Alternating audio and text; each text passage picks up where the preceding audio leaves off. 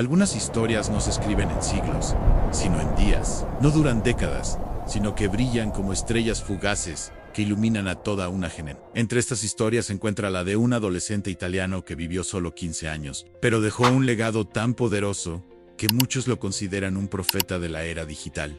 Su nombre es Carlo Acutis. Nacido en Londres el 3 de mayo de 1991 y criado en Milán, Carlo creció en medio de la vida ordinaria de cualquier joven de su tiempo. Disfrutaba de los videojuegos, el fútbol y salir con amigos. Vestía vaqueros, zapatillas de diseñador y mochilas coloridas. Se reía con facilidad, pero había algo en el que desafiaba la lógica, una sed espiritual profunda, casi innata. Su madre, Antonia Salzano, diría más tarde que no era una mujer religiosa cuando nació Carlo. Antonia provenía de una familia católica tradicional, pero se había alejado de la fe en su juventud. Su esposo, Andrea Acutis, tampoco era practicante. La familia vivía una vida acomodada en Milán. Andrea trabajaba en el mercado financiero y pertenecían a la alta sociedad milanesa. Pero Carlo, siendo aún pequeño, insistía en visitar las iglesias, rezar ante el Santísimo Sacramento y hablar de Dios con naturalidad. Era como si hubiera nacido con el alma ya volcada hacia lo divino. A los 3 años, cuando la familia pasaba por delante de una iglesia, Carlos se detenía y decía: «Quiero entrar y saludar a Jesús». Fue él quien ayudó a su madre a redescubrir la fe. Había algo místico en su infancia. Beata, la niñera polaca que cuidaba de Carlo, era profundamente religiosa y empezó a contarle al niño historias de santos. Pero Carlo no solo escuchaba, sino que hacía preguntas profundas que dejaban atónitos a los adultos. ¿Por qué sufrió tanto Jesús por nosotros?, preguntó a los 4 años. Si Dios nos ama, ¿por qué existe el sufrimiento?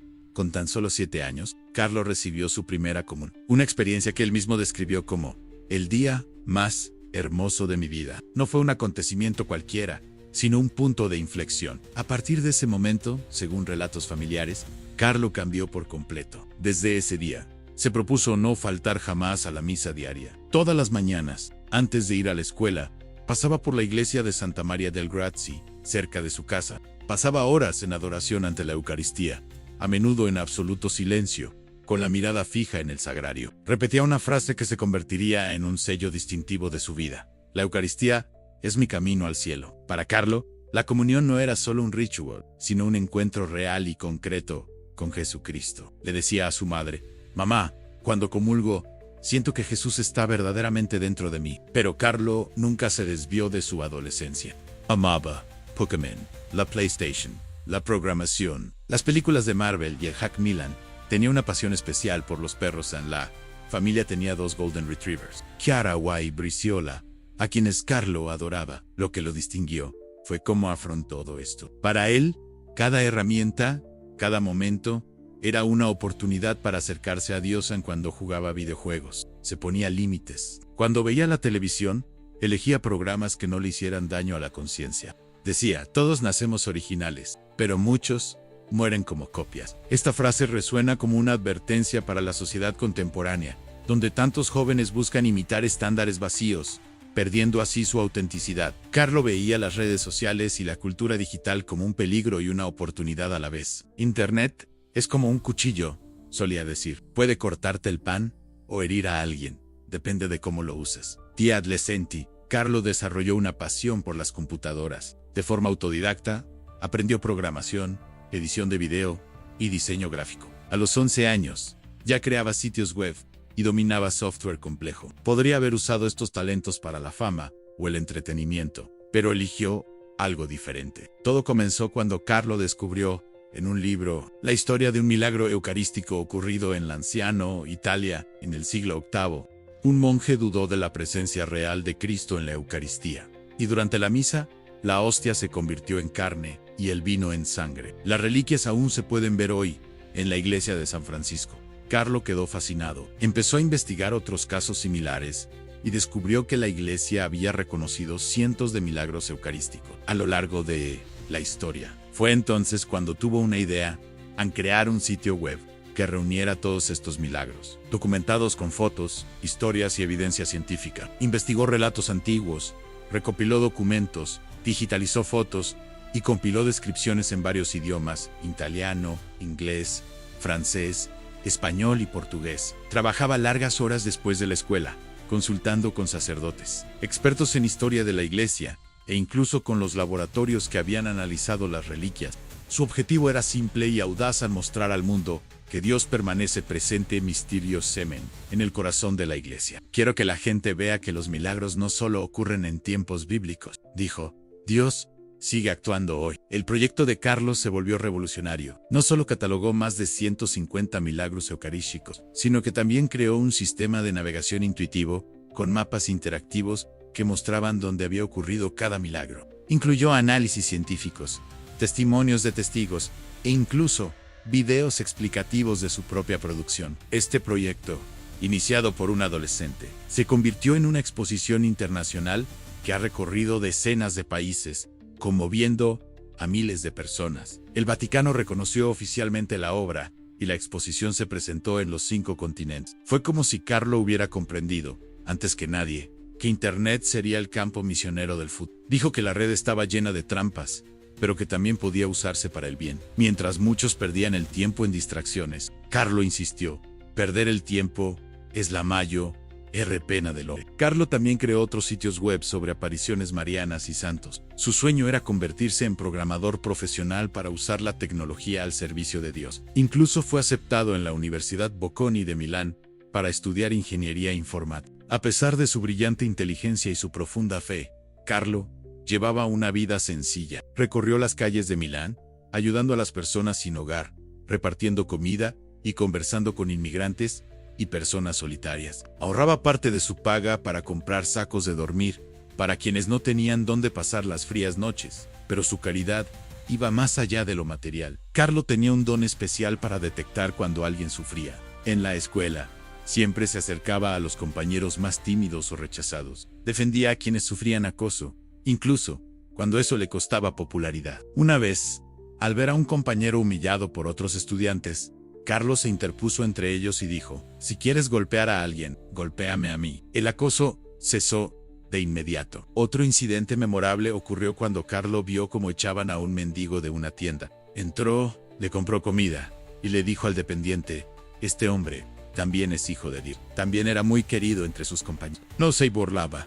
humillaba ni buscaba ser el centro de atención, pero cuando alguien lo necesitaba, ahí estaba. Sus profesores y amigos lo describen como un joven alegre, puro y a la vez maduro, que irradiaba paz. Para Carlo, no había camino hacia Jesús que no pasara por María. Su devoción a la Virgen era profunda y constante. Rezaba el rosario todos los días, generalmente después de la misa de la mañana. Decía, el rosario es la escalera más corta al cielo. Tenía una conexión especial con Nuestra Señora de Fátima. Visitó el santuario portugués varias veces y pasaba horas rezando ante la imagen. Carlo también tenía una gran devoción por Nuestra Señora de Guadalupe y soñaba con visitar México. En su habitación había docenas de imágenes marianas de todo el mundo. Investigaba cada aparición, se sabía los mensajes de memoria y organizaba retiros para jóvenes sobre las apariciones marianas. María es nuestra madre, decía, ella siempre nos conduce a Jesús. Pero la vida de Carlos sería efímera. A principios de octubre de 2006,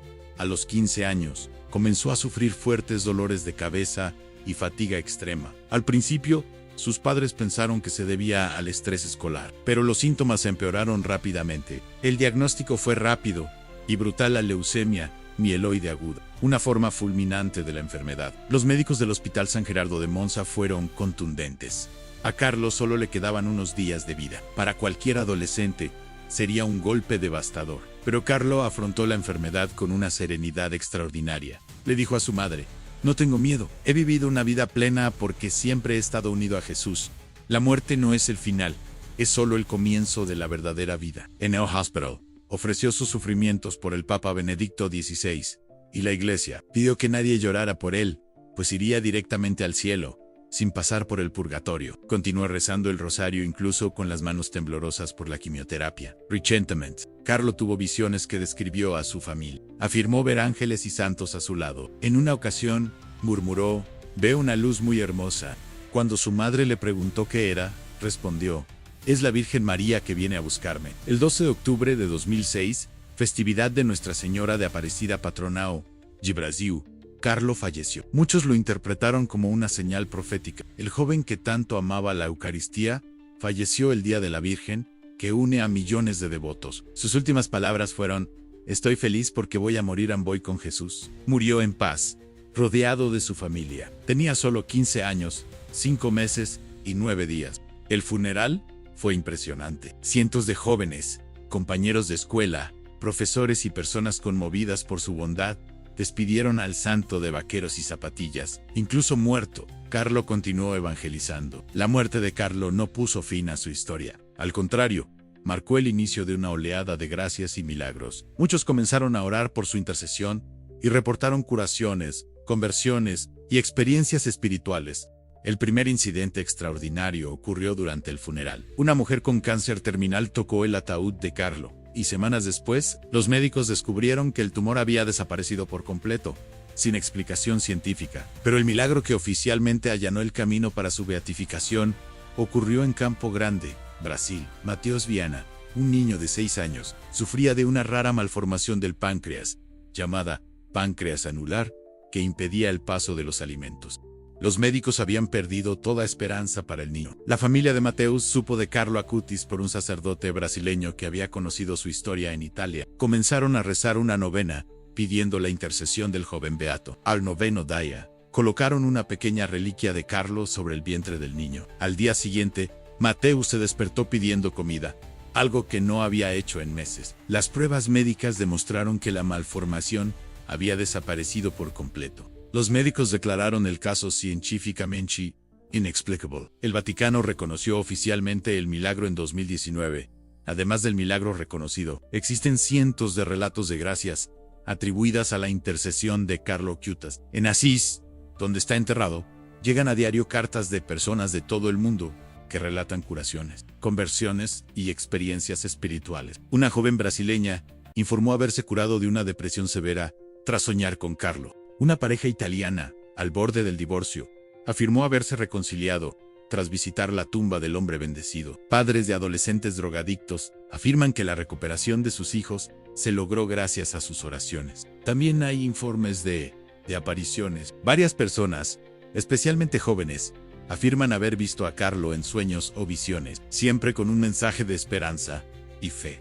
Estos testimonios no están reconocidos oficialmente por la Iglesia, pero demuestran el impacto espiritual del joven beato. El 10 de octubre de 2020, en la Basílica de San Francisco de Asís, Carlo Acutis fue declarado beato por el cardenal Agostino Baggini, representante del Papa Francisco. La ceremonia fue histórica por primera vez en la historia de la Iglesia. Un joven de la era digital fue elevado al altar. Durante la ceremonia, el cuerpo de Carlo fue depositado en un relicario de cristal. La imagen impresionó al mundo. Vaqueros Nike, zapatillas Nike y una sudadera azul, un santo vestido como cualquier joven de hoy. El Papa Francisco dijo que Carlo sabía usar las nuevas tecnologías de la comunicación para transmitir valores y belleza. La beatificación tuvo lugar en medio de la pandemia, pero miles de jóvenes la siguieron online, algo que sin duda habría alegrado a Carlo, el primer beato de la era digital. Para muchos teólogos y expertos en santidad, Carlo representa el inicio de una nueva era en la Iglesia. Es un santo digital que demuestra que Internet puede ser un espacio de evangelización y santificación. Es un joven que recuerda a su generación que la santidad no reside en abandonar el mundo, sino en vivir auténticamente en él en su mensaje. Resuena especialmente en una era de influencers digitales que venden ilusiones y estilos de vida artificiales. Carlo se convirtió en un influencer de lo eterno, alguien que usó las redes sociales para acercar a la gente a Dios. Carlo también solía decir que la tristeza es mirarse a uno mismo, y la felicidad es mirar a Dios. Palabras sencillas, pero que parecen la clave para un mundo inmerso en el narcisismo digital y las crisis de identidad. Hoy, su tumba, en el Santuario de la Renuncia de Asís, es destino de miles de peregrinos, jóvenes y mayores, y familias enteras. Viajan desde todos los continentes para rezar ante su cuerpo y pedir su intercesión. Muchos dicen sentir una paz inexplicable en ese lugar sagrado. La casa donde Carlo vivió en Milán se ha convertido en un centro de peregrinación. Su habitación se ha conservado exactamente como estaba en computadora. Libros de programación, imágenes de santos, rosarios. La familia transformó el lugar en un pequeño museo de santidad digital. Sus palabras dieron la vuelta al mundo a través de las redes sociales. Una ironía providencial para alguien que amaba tanto Internet. Millones de jóvenes comparten sus pensamientos, sus fotos, su historia. Carlo continúa evangelizando por los mismos medios que usó en vida. Carlo continúa hablando al corazón de una generación perdida entre lo virtual y lo real. Entre influencers digitales que venden felicidad artificial, él ofrece la verdadera alegría de quienes han encontrado a Dios. Su vida cuestiona nuestros valores. ¿Cuánto tiempo pasamos en las redes sociales? ¿Para qué usamos la tecnología? ¿Qué es lo que realmente importa en la vida? ¿Cómo podemos ser auténticos en un mundo de apariencias? Murió joven, pero dejó una huella imborrable. En su breve vida, demostró que es posible vivir una vida santa sin abandonar la juventud, sin dejar de ser quien uno es. Un adolescente que vestía vaqueros y jugaba videojuegos, pero cuyo corazón ya estaba en el cielo. Y quizás precisamente por eso, su vida está envuelta en misterio. ¿Podría Carlos ser el precursor de una nueva generación de santos digitales? ¿Podría su fallecimiento en la festividad de Nuestra Señora de Aparecida albergar un significado oculto que lo conectara de forma especial con Brasil, donde ocurrió su primer milagro oficial? Lo que sí sabemos es que su testimonio sigue interpelando al mundo en medio de tantas distracciones y superficialidades. Carlo nos invita a mirar lo esencial. Y así, su frase más famosa resuena como un llamado para todos nosotros. La Eucaristía es mi camino al cielo. Un chico de 15 años nos enseña que la santidad no tiene edad, que la tecnología puede ser un instrumento de evangelización y que cada uno de nosotros puede ser un influenciador de Dios. Este fue otro episodio de Rutas Sagradas. Si has llegado hasta aquí, deja un comentario.